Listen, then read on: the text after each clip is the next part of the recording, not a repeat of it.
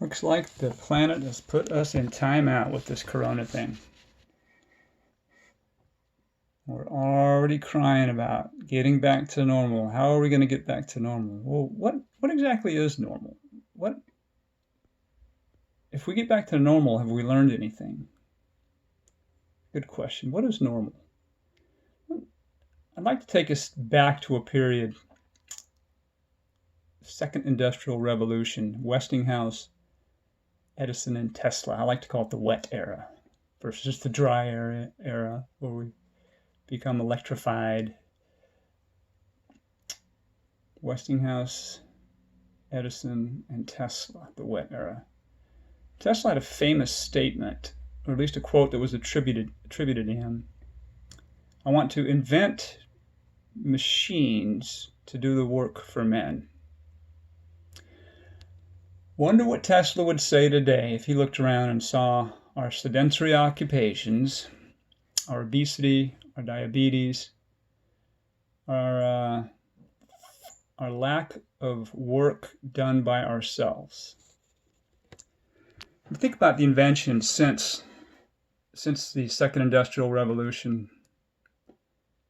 Almost all of our inventions are designed to make us do less work. They're designed for us not to move. I can think about the automobile, power windows, for example.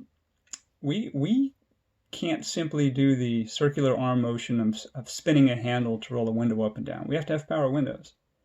Everything we do, it seems like, every invention we have is designed for us to do less work. But we know the bodies are meant to move. We know we have to have activity. So what do? We work our 9-to-5 job, and then we pay for a gym membership. Sorry, scratch. Professional videographer here. And we pay for a gym membership to make up for this lack of activity. So we pay somebody $100, $200, $300, $500, whatever, a year for a gym membership. We pay them to do work. I've teased a few people who have their 9-to-5 office jobs and then they go to the gym to swim or play basketball or lift weights or do whatever. So you pay them to lift weights, lift boxes. You pay them to work. Why don't you get a part-time job a few days a week where you're lifting boxes for UPS or working at a warehouse or something? Anyway, it's kind of a joke, but it is silly when you think about it. Or if you want a good workout, just take all the furniture from the second floor of your house, take it outside, and then clean the second floor. Then put the furniture all back up there. Anyway, I want to take us back to a time just before Westinghouse, Edison, and Tesla. There's a television show in the 70s that ran. I think it was called Little House on the Prairie, the Ingalls. And it was cute. We tend to laugh at it today in its simplicity, and it was a little bit Anglo-Christian centric for my taste, but that's to be expected considering our nation and especially that time frame. I also didn't like the lack of good medicine. I'll go with the medicine of today, even though I find fault in many of the things they do. Victorian era medicine was a little bit grisly. Not too keen on the give me a bottle of bourbon and you take a hacksaw to my leg to amputate. Not really my thing.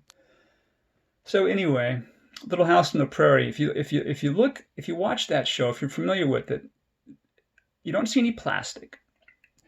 There's mills, but no electrification. They use kerosene. They do simple things. They do a lot of manual labor, and I think it's healthier. I think it's simpler. They tend to work the land, and I'm not a big fan of the monoculture thing of growing wheat and hope you make it with wheat. And if you don't, if it's a bad year for wheat, you're kind of screwed and you need to go work somewhere else. You need to find work at the mill, or you need to find work on the railroad. You need to go do something. So I'm not a real big fan of that. But the simple things, the living off the grid mentality, I'm attracted to that. Now, we don't live off the grid here. Well, I guess in a sense, semantically, we do live off the grid, kind of like before I went to college when I lived off my parents. we don't live away from the grid. Now, we do have solar panels. We are connected into the grid. We get mail service, we get trash service and recycling. Now, our trash and garbage pickup, we only utilize that probably every 4 or 5 weeks. We generate as little trash as possible.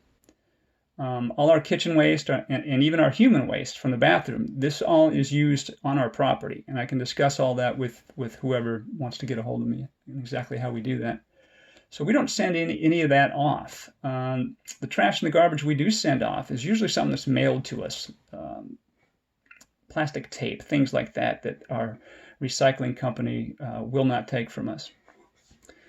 So living off the grid, getting simple, living a simple life, living within our means. Our house is 700 square feet. We don't need any more than that. Granted, we're not in Manitoba, we're not in Wisconsin or Nova Scotia. So we are afforded the opportunity to get outside quite a bit. So we are outside. But even at that, 700 square feet for 2 people, that's plenty.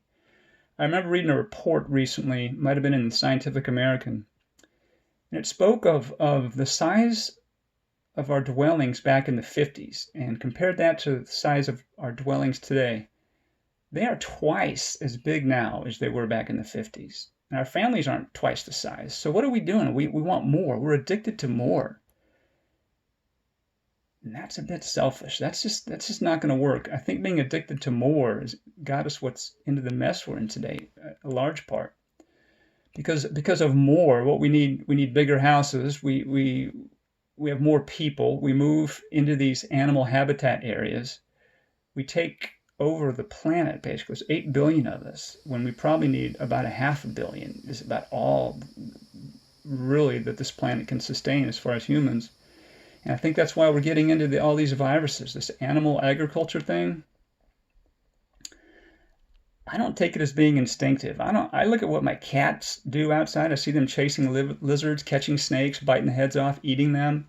I can't see myself hiding in a pile of leaves, naked, jumping out of there when a wild boar comes by, jumping on its back, severing the carotid artery, watching it bleed to death, while I crack open its bones, while I lap up the stomach contents with gusto, drink the blood, and eat.